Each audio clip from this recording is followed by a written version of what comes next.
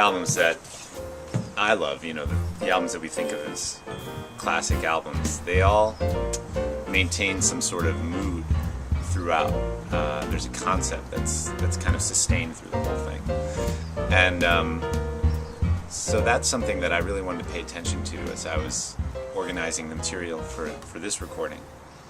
And since it is a 2 CD album, there's an opportunity, I guess, for 2 different moods. And as I put the material together, which is pretty wide-ranging, I mean, there's a lot of straight-ahead swinging stuff, standards, my tunes, originals. We're doing material by Van Morrison, James Taylor, Stylistics, Otis Redding. So there's a lot of variation there, but one of the things I was noticing is that these tunes, you know, over this wide array of grooves and styles, there's this one group of them that was kind of in service of kind of ebullience or a love of life, and then this other group that was more moody or more challenging in some way. And I was telling a friend of mine about this, and he quickly pointed out, well, Peter, that's kind of like you, which I didn't really think about, but I don't know, he said it, so maybe it has some truth to it. And it's a little trite when I kind of point it out this way, perhaps, but it was pretty amazing when I looked at the songs that we had selected. They really fell neatly, almost evenly, into these 2 groups. So that's the concept we're going for, these 2 CDs for this 2 CD album. So with the first record, I didn't really know what I was doing. I relied pretty heavily on musicians around me, on Eric Goebel, my engineer, and just people who knew a lot better than me sort of what to do.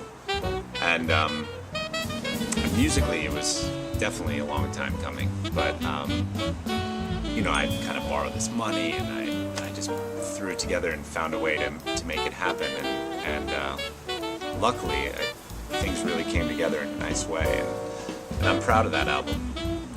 And of course, Molly Ringwald and I had already been working together, so I asked her to come on board and sing a couple of tracks, and she agreed. And of course, we just finished recording her record, so it was all very much worth it. I mean, I feel like that album was kind of a stepping stone for Molly and for me. And but for this album, I wanted to do something slightly different. Alan, my alto player, he's from New York, and we instantly hit it off when we first played. He's got that New York thing that he kind of brings to the bandstand, and it's also like, it's kind of like playing tennis with someone who's an advanced player. Kind of elevates your game. And Nick Mancini is the same way. He's playing vibes on this album, and he's just a tremendous player. And just when you're having an improvisational dialogue with people on this level, it just raises the bar for everybody. And of course, the vibes is kind of a special thing for me because my father's a vibes player, and I grew up, you know, with Milt Jackson on the record player and that sound in the house. So it's just important to me to have that sound on this album. Jacques Lesure is a tremendously swinging guitar player. I met him pretty early on my arrival in LA, and of course Jacques he's worked a lot with Patrice, so that made him a real natural choice for this album, as has Kamasi Washington. He's worked a lot with Patrice too, and Kamasi and I have actually worked the least together, but the times we have played together have just been so, it feels like we've played more together than we have, because the times we have played, it's just so soulful and connected. He's just a huge musician.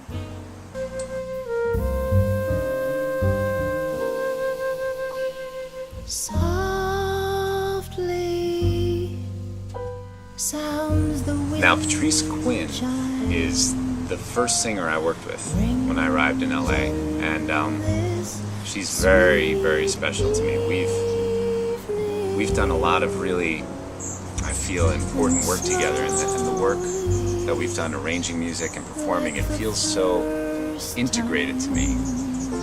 that, I mean, obviously she's the singer out front, but it almost feels like a joint expression kind of concepts that we've come up with.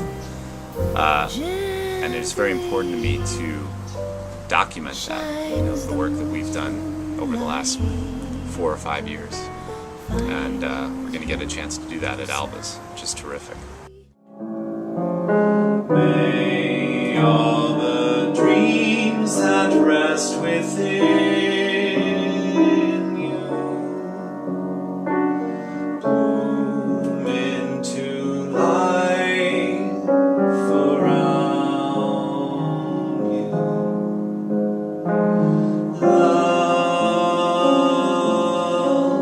Love for you leads me. Any place where you might be. Well, I've always sung, but I feel very much that I'm a pianist first and foremost. And I played for a lot of singers, and my brother's an opera singer, and so it's always been around me. And of course I've been singing on gigs for years, but lately it's started to have this kind of deeper meaning for me, this idea of singing and playing.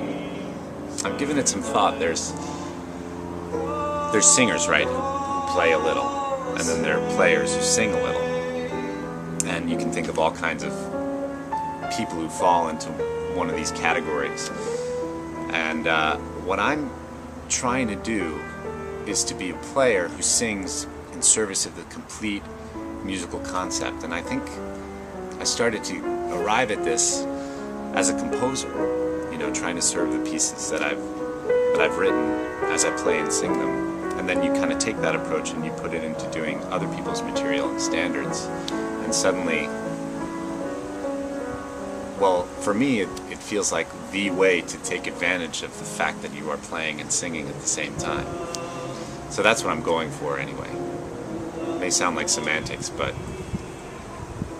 it seems to make a certain amount of sense.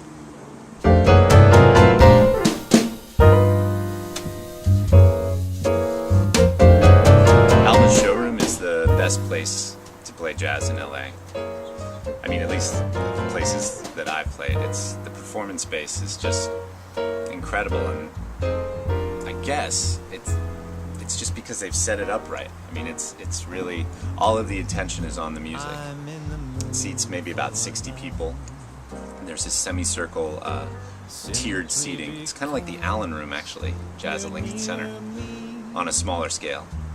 The Steinway piano is like a dream.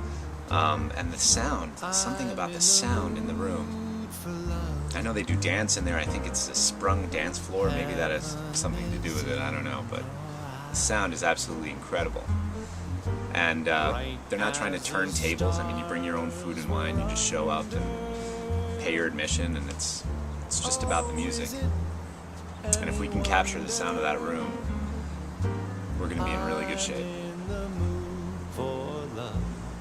Yeah, so the idea is that people buy the album in advance, and that's actually what funds the album. It's not really an original idea, but more and more people are doing it this way, and now that I'm kind of into the process, it's really a great way to do it, because, well, first of all, it funds the project, but second of all, your friends and your fans and family get to be involved in the creative process in a way that never happens usually.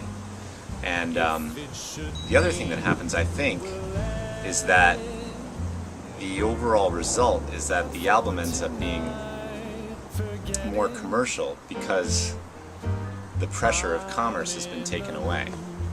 So we're free to make this kind of authentic statement, and in my experience, it's the authentic statements that tend to have the most magnetic pull. All the info is up on my website. It's www.petersmithmusic.com, and you can pre-order your album there if you like. If you're in Southern California, you should definitely come to the concerts. It's at Alba's showroom in San Pedro, And the concerts are Saturday, October 9th at 8 p.m., Sunday, October 10th at 3 p.m., and the number for reservations is 310-519-1314.